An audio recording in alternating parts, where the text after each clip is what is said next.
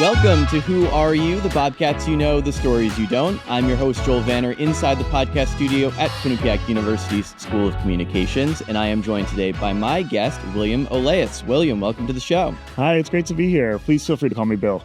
Bill, I'm sure you could guess by the name of the program what my first question to you is going to be, and that is, who are you? Oh, great. I'm shocked. I'm sorry. I wasn't ready for this. My name is Bill. I use he, him pronouns. I just finished my 3L year at the Quinnipiac University School of Law, so I will be a 4L in this fall. I'm in the part-time evening program, which has been a wonderful experience, and I'm currently a summer associate at Robinson & Cole. Congratulations. Thank you. Finishing your third year, entering your last. So tell me, Bill, did you always think you'd go to law school? Oh, God, no, absolutely not. In undergrad, I went to a really large state school and I was pre-med. So I actually double majored in biological sciences and English. Sounds like you've taken quite a path since then. Yes, yeah. So I went so far as to take the MCAT, and it was really when I sat down to study and had to review physics and organic chemistry that I was finally like, I don't think science is for me. That'll do it. I was doing biology because I thought I wanted to be a pediatrician. I really just wanted a career. I kept telling everyone who would listen, I just want to help people. It didn't matter that I hated blood. I thought I was going to get over that, I guess, to help people. But English was really my passion major, and it sounds like the two don't go together at all, but I really just took 2 science classes and 2 English classes every semester. So at the end of my undergraduate time, I was studying for the MCAT, hating every minute of it. And so I pivoted and decided maybe I should talk to my English professors to figure out a different route. So then I went and did a master's at a different large state school, this one out in Massachusetts. So I like to say that is when I studied abroad and left Connecticut. I did a master's of comparative literature, and then I've been a student affairs professional ever since. So what was your entrance into the legal and political worlds? Like, you had your undergraduate degree and then you got your master's, and how did you know you wanted to go into law? Absolutely. Well, so again, I had kind of a roundabout path. I helped to fund my master's program by working for Residential Life. And so I decided to become a student affairs professional, and I returned to Connecticut working at a small private school where I've actually been for 8 years. About halfway through my time there, I really just felt compelled. Again, I want to help people. I want to do something to make the community a better place.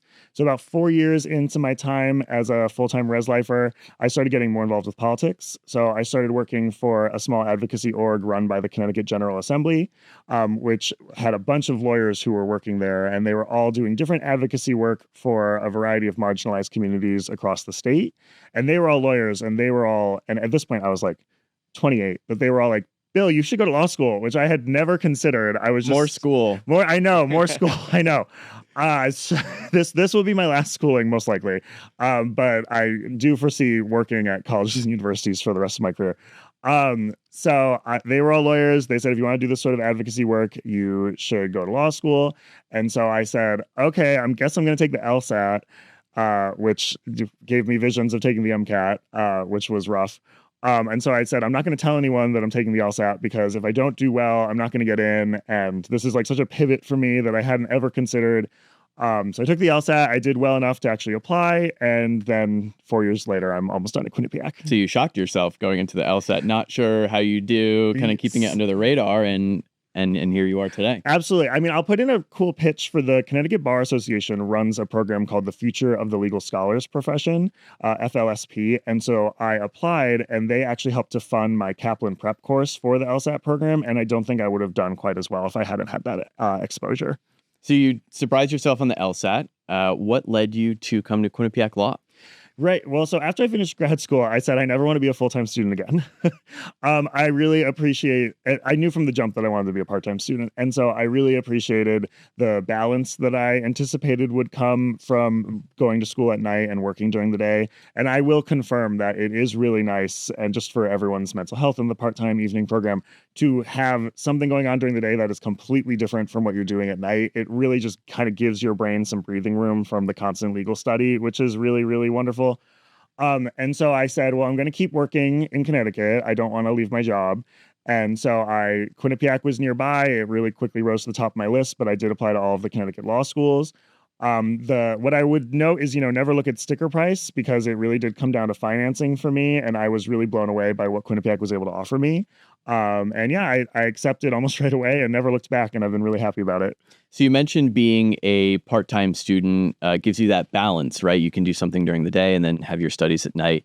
How has Quinnipiac supported you in being able to balance those things and maybe give you resources to be successful in your studies? It's funny you ask because I work at a university right now, and so I'm constantly talking to undergraduate students about the importance of using their campus resources. And so for me, the exact same thing is true. I'd love to give a shout out to Jenny Chow and Amelia Vanderbrook from the CDO, the career office at Quinnipiac. They were 100% part of why I got to where I am today with my summer associateship at Robinson and Cole. We also have a new dean at Quinnipiac, Dean Brian Gallini, and Dean Kathy Kuhar. Kathy Kuhar has been here for a while. They've been wonderful advocates as well. I think part of the trick of being a part-time student is sometimes you just don't know what you don't know, and the same can apply to faculty and staff. They're really receptive to feedback. Dean Kathy Kuhar, she actually was a part-time student, so she's a wonderful sounding board. But as I've hit different obstacles and different maybe challenges throughout my time at law school, they've been really receptive to, oh, it sounds like that might be a little bit more challenging for a part-time student, or it sounds like those structures might pose obstacles to maybe some of the evening students. And so they've been really creative about finding solutions to a lot of that. And considerate too, knowing that, with part-time students, you have a lot going on in your Very life much, in addition yes. to law school. You mentioned Robinson and Cole, which we'll get to in a minute. Is there a typical day for you as a part-time law student? Uh, um, it really varies, and as I mentioned, I also work at a university where the student needs can really inform what you're doing during the day. But so as a typical day in the life of a part timer, I would say you work 9 to 5, and so you're doing something that's completely outside the realm of legal studies. At least typically, I have a lot of friends in the part time program who are actually paralegals, and they just seem like they have such an edge on me in a lot of the classes that we're doing, and so they're very, very impressive. But I would say for myself, I really didn't come in with much legal work in the traditional sense, certainly lots of advocacy and political work. But so we work during the day, and then you're usually on campus between 2 to 3 nights a week. And I anticipate having classes from 6 p.m. to 10 p.m. During any of those days. The hardest part about law school, usually what I tell folks, is staying awake and conscious until 10 p.m. because my bedtime is 9:30. And so That's an adjustment. Yes, you still have to get through class and then drive home. But yeah, and then weekends are for homework and studying. Again, I really think if you can lean into your student skills, so time management, organization, using your campus resources, that's really what's gotten me to the point I am now in my education. Outside of your classes, are they externships and associateships that contribute to your time here? You mentioned Robinson and Cole. Absolutely. Tell me about that and what is that and what you do there. Yeah, so law school is its own universe, and so we have terms for all these different things. And then even, the legal world is its own universe, its own industry, and then law school is its own thing as well. None of it I'm familiar with. Yeah.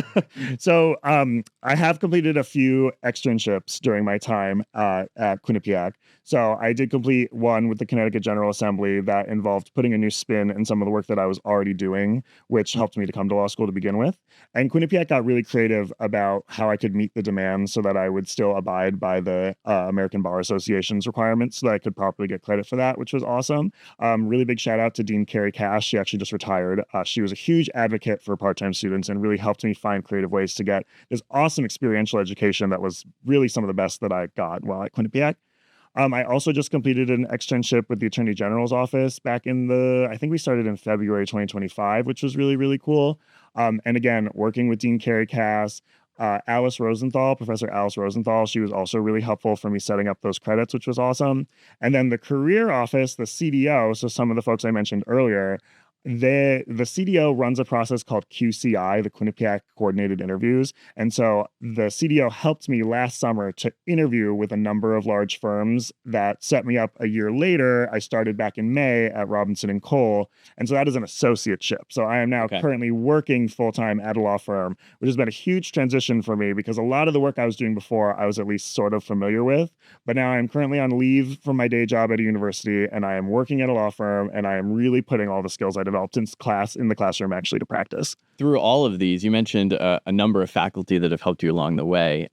It sounds like they really customize the experience you have here for you and your interests and where you want to go in the legal profession. Absolutely. And that is something I would really highlight about the Quinnipiac part-time program. I think they're able to individualize your curricula, like really tailor their pedagogy to your educational experience in ways that I don't know other schools would be able to. You mentioned Robinson and Cole getting experience maybe you wouldn't have gotten otherwise.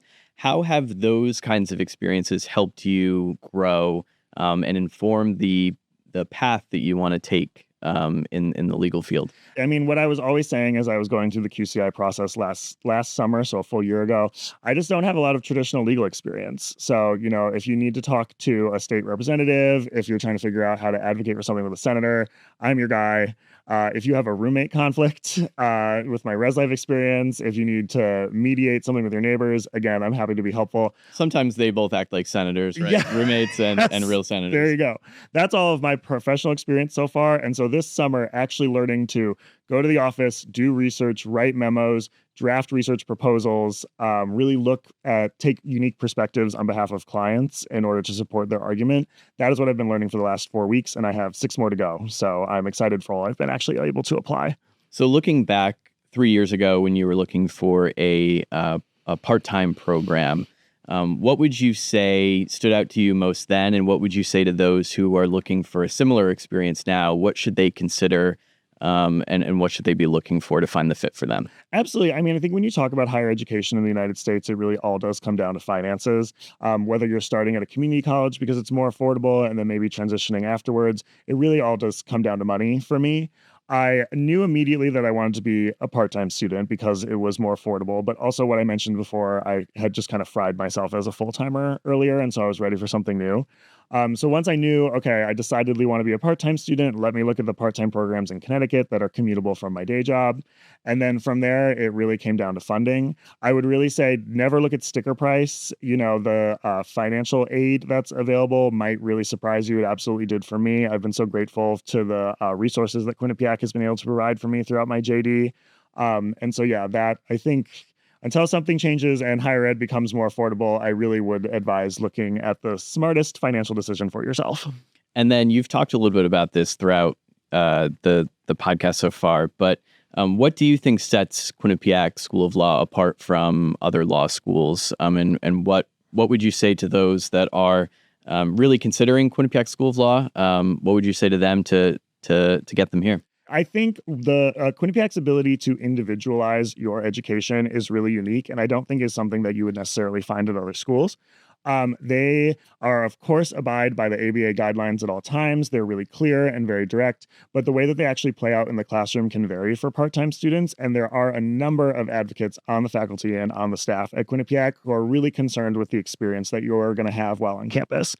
They just added a new course that really focuses, I believe it's called Foundations of Practice. It focuses on educating the whole lawyer, taking a really holistic approach to talking about being a lawyer, taking care of your mental health, your physical wellness while actually working in private practice or something similar to that. And so that is actually, it had just started when I was a 1L. And so that was really interesting. We immediately were talking about substance abuse issues in the law, or remembering to get enough sleep before taking the bar and things like that. So that I really wasn't expecting to have those sort of unique conversations when I came in. And I haven't heard from my peers at other colleges that they're doing, at other law schools that they're doing similar work. And there's value in embracing the fact that life happens, right, while you're going to law school and having those conversations and embracing those things. So that's great. All of these experiences that you've had at the School of Law, how have those prepared you for life after law school, and where do you think you'll be headed? So I came to law school knowing that I wanted to be some sort of civil rights attorney, doing some sort of public interest work. And that's really broad and can show up in a lot of different ways. So currently, as I mentioned, I'm summering in private practice, and I'm hoping to start out there right after graduation as well. There's just so many skills that I'm developing and adding to my resume that I don't think I could get otherwise. And then I'm excited to get really involved in their pro bono work, see what direction I get pulled to, and then see what happens from there for my career. Well, Bill, that's all the time we have for today. Thank you so much for joining me on the show and sharing your story from our School of Law. Absolutely. Thank you so much for having me. If you like today's episode of Who Are You, be sure to like and subscribe, and find other episodes of our show on Apple, Spotify, or YouTube podcasts. Until next time, when I ask my next guest, who are you? I'm Joel Vanner. Bye for now.